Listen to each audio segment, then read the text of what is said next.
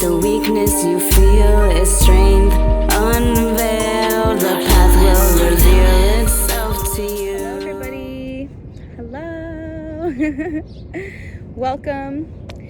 Miss Flower here, also known as Lord Lilith, also known as Angelica. Today is May 11th. The new moon in Taurus is today. I'm definitely feeling that Taurus grounding energy, very stubborn about my dreams and my passions and my goals coming true, coming forth, having the persistence to get them done and see them through. I'm very thankful. I'm very thankful for all of you. I'm really excited for this video. This is really huge for me. I feel like this is a story that has been needing to be told. This is my life. For people who have been following me for quite some time, know that I have been awakening my sensuality, sexuality. I am very in touch, in tune with my body. As a woman in this society, it's not very easy to embrace your full self to the maximum. I am doing it. I do it every single day, wherever I go. So I'm gonna start with a little bit in depth on my journey and how it awakened. Some of the questions that I received are such good questions. I'm so excited to answer them. Thank you to everybody who participated. I appreciate that. I don't mind what I'm here to talk about. I'm here to talk about anything and everything. However, questions really help me direct how I can better serve. Going a little bit in depth on my journey, I'm gonna go into my background, how I was raised. I was raised religious. The religion I was raised was very strict Mexican Catholic. My grandma was she was like a leader. She would lead prayers and rosaries and organize lots of events. I saw her as a very spiritual woman. I still see her as a very spiritual woman, just engaged in a very strict religion. Growing up has really helped me embrace that part of me because it helps me see that I've always been in tune. She helped me to build a relationship with God the first time. She told me to talk to him, to let him know what it is that I want to receive, to manifest, what it is that I'm thankful for. So I'm really grateful for my Nana to be in my life and such an influence. Although it's not necessarily what I agree with now, it's a little bit too strict for me, and I did have to unlearn all of the Catholicism that was embedded in me. I was the granddaughter who would go with my grandmother every Sunday to church. Be very thankful and grateful to be there. I would offer to go with her even on Thursdays. I would offer to go help her sometimes, go to other people's houses where she was facilitating ceremonies. I was there and I liked being there. However, there was some parts that have to do with female embodiment, the feminine embodiment, sensuality, sexuality that I had conflict with, especially growing older. A big part that began everything was my physical body. I felt like I was a full-grown woman by 11 years old. I started my menstrual cycle when I was 10 years old. To me, that's very young. However, it's just the way that it was for me. And so growing up and feeling like, oh wow, now my body's changed. Now I go out into the world and people are treating me differently. I'm not a little girl anymore. That was kind of a hard pill to swallow, and I wasn't really exactly sure what was going on, and I didn't even know how to react to it. Also, the neighborhood that I grew up in wasn't very safe, I feel. I would get honked at, catcalled. I would have people walking past me as I'm walking to school in the 6th, 7th grade, and they would grope me. Unpleasant things would happen, and it was not okay. I would have random people as I'm walking to school as a 11-year-old asking me if I would like to make some extra money, just pulling up on the side of the road. So those things do happen, and I feel like we still need to take consideration and account for those things happening. Because even now to this day, you know, I just bought a car, and when I was doing public transportation, I would walk not even half a mile and get harassed and get followed, get honked at. And I'm just like, wow, I cannot believe that we're not past this by now. Just things that I feel like we all need to take into consideration and account that they're still happening. Like, this is still happening to this day. It's 2021. A way that I keep those people accountable is I will look at them and I will be like, what is it that you want? What do you want? You know, why are you following me? Or if someone's like following me from literally behind me, I'll tell them to go to the other side of the street because I'm uncomfortable. And they need to respect that because I'm uncomfortable and I have a right to be. because I don't know what their intentions are, and you never know what people are capable of. So don't be afraid to speak up for yourself. That's a whole other process also of this. So that's my background, and now I kind of want to go into the questions a little bit, because I feel like some of them coincide with what I want to talk about. Okay, these two kind of go hand in hand. So the first one is, what moment prompted you to begin your sensuality journey? I feel like I've been a very sensual woman since I was very young. And when I say very young, I mean 13, 14, 12. You know, I was really into boys when I was 12 years old, 11 years old. I was that girl who would stay after school because I wanted to make out. I did.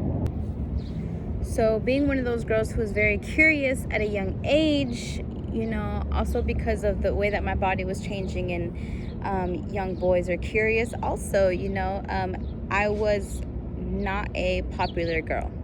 I was never a popular girl in school ever, not even in high school. So I would get a lot of shame and a lot of backlash from the other girls in my school, whatever grade it was. I got into fights, you know. I feel like it was my innocence, and I was curious, and school was a place where I could explore that with other curious beings of my similar age. I got into a relationship. I was in that relationship for 7 years until I was 21 years old. So I feel like with this person, I was able to explore everything that I wanted to explore, which was so much fun. It was really great. So I feel like that was when my sensuality journey began. However, it was more just like, okay, what is sex? What is my sexual organ, and what is your sexual organ, and what do they do together, and what are different ways that they can do things together, and all the great things that I feel that us curious human beings would like to know. Other questions was the last straw that made me plug into my divinity. So the last straw that made me plug into my divinity, I was in this relationship for 7 years with this man, and he was absolutely amazing. I tell people who I share my history with how that was just a very healthy relationship that I was in, and I was very grateful to have experienced that for my 7 years of being a teenager. And when I was 21 years old, we got pregnant. I already knew that I was not ready. Although we each had our own car, we had our own apartment, we'd been living together for 2 years already. We had our jobs and we were stable. Everything was really great. I feel like we could have had a child and it would have been really amazing. However, I knew, my heart and my soul knew that I could not go forth and have this child because I had not even given myself a chance to fully be. And it was not easy. It was really hard because, first of all, it took me being selfish. For women throughout history, I feel especially in the Black culture, in Mexican culture, indigenous culture, for a woman to be selfish, it is just very shameful. It's very shameful. Like, wow, you're not even worthy of being a mother if you're going to be selfish. You're not even worthy of being a wife if you're going to be selfish. So it was very hard, and that's when it all began for me, because I chose to get an abortion. My partner did not want me to get an abortion, yet this was my body and this was my choice. It was also very hard because I did it completely alone. The only person who was aware of what I was going through was my partner, and he did his best to be there for me. However, I feel at that time I was only allowing so much support, and I didn't even know how to receive support at that age, going through what I was going through, my body completely shedding. It was a very traumatic experience. After that, I made a decision to call off our relationship because I no longer wanted to cause any harm to my partner, and I didn't want to lie to his family. So I just decided that it was best if I move forward, because I believe that I did not just abort that baby for anything. I believe that that baby was sent to me to tell me and to show me that I still had so much more to go, so much more to do and experience and to learn, and so many more people to impact and inspire. And I'm so grateful, and I thank that baby. And fortunately, on my journey, I was able to acknowledge that child, give them a name, and give them a space. And I know that they're with me always.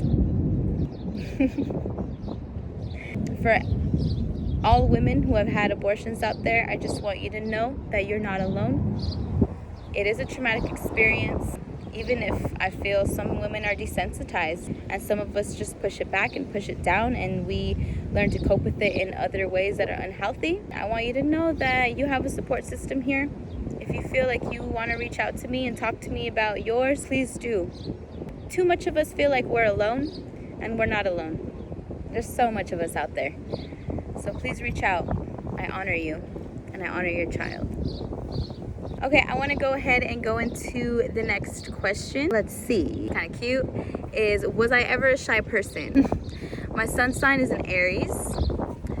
However, I was a shy person for a little bit. I feel like I still am sort of growing out of that, because sometimes I try to dim myself, make myself too small to fit into places where I just know I don't, and I'm meant to stand out. And that was really hard for me to embrace, is the fact that I'm meant to stand out. It's mostly seen that if a woman stands out, again, she's shamed for it. She's doing too much. She's being too big. She's taking up too much space.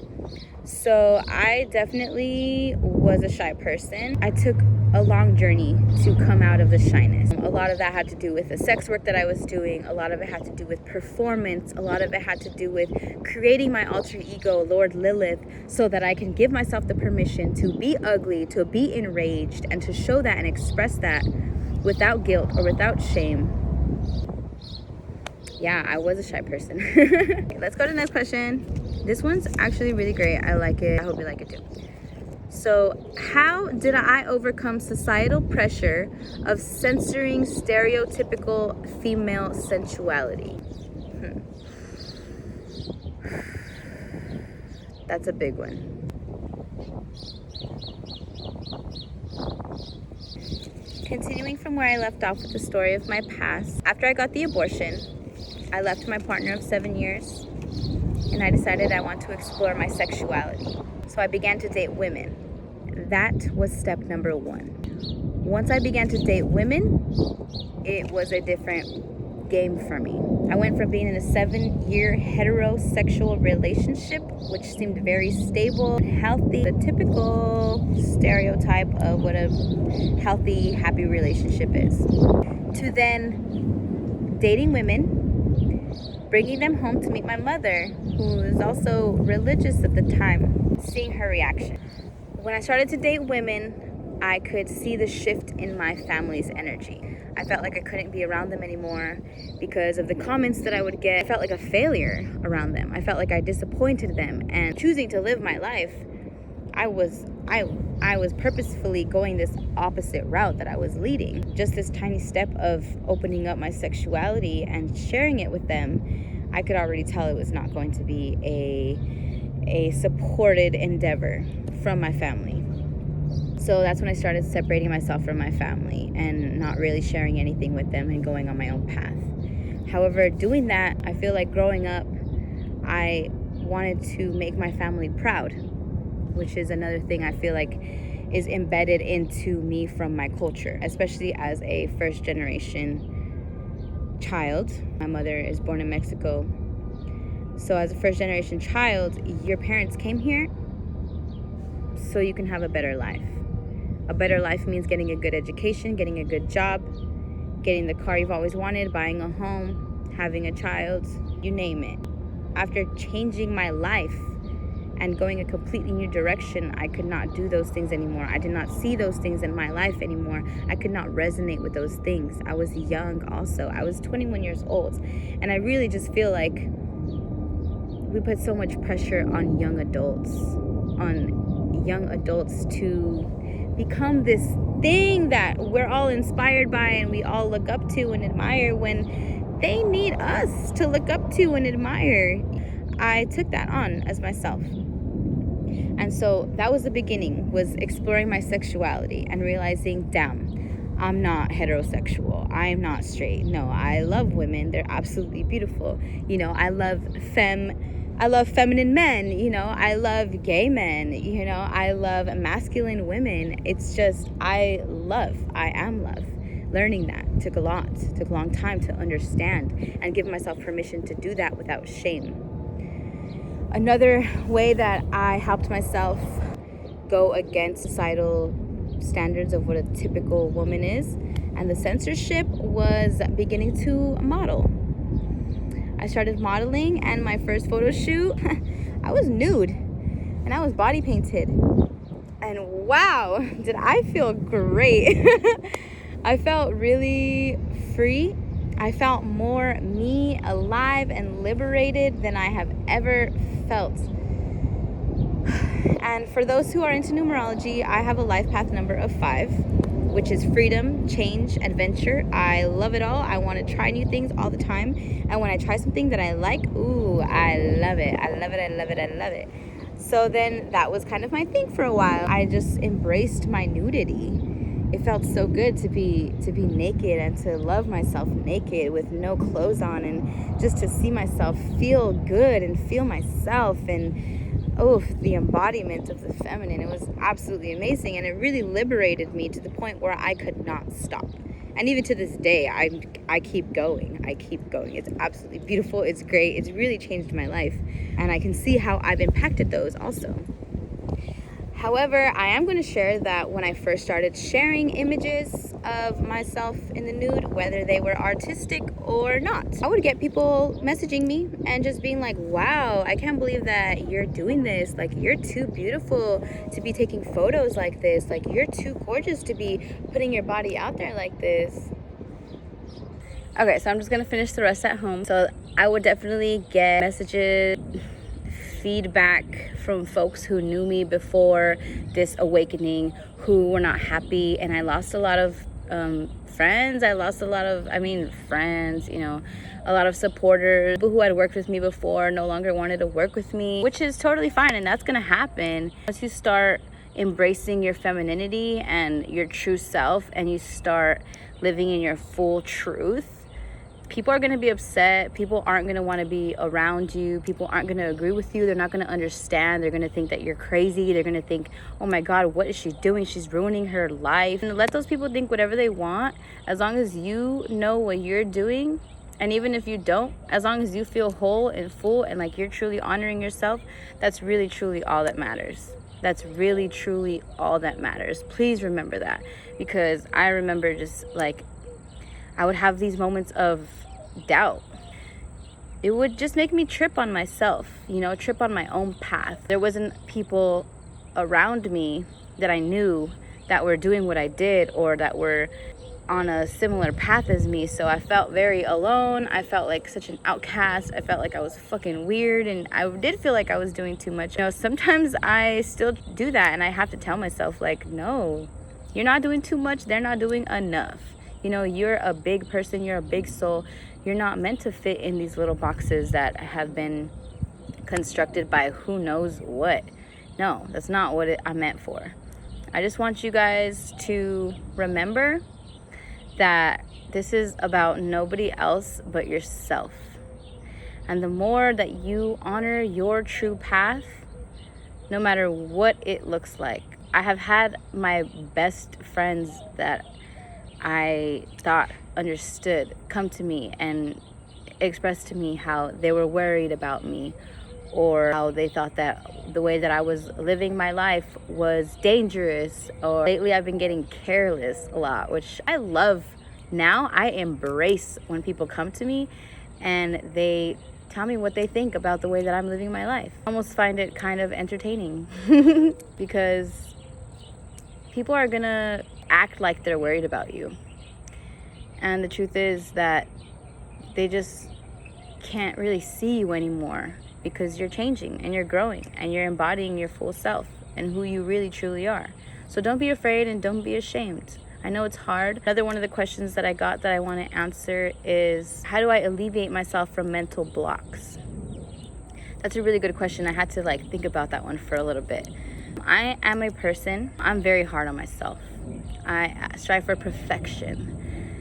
So when I get these mental blocks, I used to just really get down in the dumps with myself and just like be really upset about the way that I was living. And I would actually have these thoughts like, damn, like why can't I just be normal? Why can't it just be easy for me? Why do I have to live this path of being so misunderstood, feeling so misunderstood? It's very lonely. You lose a lot of people constantly. People who see you and they think that they would love to be around you because of the energy and the essence that you have. Yet when they get close to you, they realize that it's not all that it seems. And it's not this perfect picture. It comes with a lot of pain and agony, and it comes with a lot of letting go, and it comes with a lot of acceptance, and it comes with a lot of patience. And I'm crying right now because I'm just looking back. I feel like I've lived like the same pattern, and it's not necessarily me, but also a very loving, affectionate person. I'm a person who I can relate to almost anybody. I don't judge anybody for the way that they live their life, so I feel like I could talk to literally anybody, to be understanding, make them feel like home. That's my gift. I allow people to get a little bit closer to me sometimes, and it's not for the best of me, and sometimes I get too attached, which is something that I'm learning. Don't get too attached, because you are a gift. Ultimately, when you enter someone's life, you're a gift, and you're there to be there for as long as you need to be there, and they're there to be there for as long as they need to be there. That's another part I really want to let you guys know, that when you go down this route of embracing your true whole self and your whole entire femininity and your totality, it's not going to be completely accepted, and you're going to lose some people. But just know that great things will come after that. I promise you. I am testimony to say that as many people as I've lost, I have gained fewer people with more quality and more true, genuine love and trust. I am more happy now than I've ever been. I am really, truly more happy now than I've ever been. And I'm so thankful, because it's all worth it. And there are moments where I'll be in a shower and I'm just like, going through things, and I just start crying because I'm just like, wow, everything, all of it, the pain, the agony, the feelings of unacceptance, the feelings of being so hard on myself that I become mean to myself, like, having all of those experiences was worth it to be where I am now, and to fully, truly love myself and not be afraid and not be ashamed. And I will speak my truth, and I'm not afraid to lose people. And I think that's a very powerful thing. I was listening to this podcast today. It was inviting me to write 2 letters. One letter was to them, for them shaming you, for them guilting you, for them teaching you that it's okay to be guilt tripped, for them teaching you that it's okay to make yourself small and to fit into these little boxes. So write a letter to them and let yourself be angry. Let yourself sound ugly. This is the shadow work that we need to do. And that's what it says in the podcast, which I really, really, really like. Because sometimes I feel like we think as a feminine energy, we don't ever get mad, or we don't ever get ugly, or we keep it chill, we keep it calm. No, fuck that shit. I'm gonna be angry. I'm gonna talk. I'm gonna be like, fuck you guys. You guys are the ones who are putting me in this fucking box. I'm not gonna sit here and victimize myself or play the victim, but I'm gonna be real. And I'm gonna be like, oh, really? Like, that's how you're gonna come to me, and you're gonna tell me that I'm the one who's fucking being too much and being too loud, and then I need to calm the fuck down, and I need to put some fucking clothes on? No, fuck you. I'm gonna wear whatever the fuck I want. I'm gonna wear nothing if I don't want to. I'm gonna be angry, and I'm gonna tell you. Okay? So that's letter number 1. I thought that was really cool, and I'm really excited to write that letter, because I've learned that anger is a powerful tool. It really is. It really helps motivate me. Okay, so second letter was a hard one, but I really appreciated that one also. So the second letter was a letter to yourself. So it's going to be a letter to me, and it's going to be like, Angelica, I am so upset that you allowed yourself to believe the things that these people were saying about you. For how long? I am so upset with you, Angelica, for allowing yourself to feel like you are too big, so you made yourself small. In how many situations? Whew. And I will go deeper if you guys want. I really want to write those 2 letters. If you guys are open, I'll share them with you. I would love to. It'll be like a little performance if you guys are open. I really appreciate sharing this with you, and I'm really excited to hear and see what you guys have to say. I just wish you guys the best on your journey also, because like I said, it's not easy and it's not all beautiful and perfect, and you're not radiating and glowing all the time. Like, no, it fucking takes work, and you feel ugly and shitty and like at the bottom of the goddamn pit sometimes. And you know what? I feel like that is absolutely beautiful. I can't tell you how many times I feel like I've started from the bottom. At one point in my life, I was just like, this is where I belong. This is where I belong. I belong down here. And I feel like it took for me to get to that point of acceptance and realization to just be like, you know what? I'm down here quite often. I love it because it gives me the opportunity to continue to grow within myself. I've grown to love living by trial and error. Because how else are we going to learn? How are we going to know ourselves? I live with trial and error. I showcase it. You could see it. I'm not afraid. I'm not embarrassed. I'm not ashamed. I'm not guilted. So I wish you guys the best. I absolutely love every soul. And I hope you guys have a beautiful new moon. It's going to be amazing. I'm going to go hang out with some friends, and we're going to read some poetry with each other and just spend time, quality sister goddess time together. And we're going to get ugly. I feel like it's important. It's not all beautiful all the time, guys. That's an illusion. Please don't believe it, because it's not true.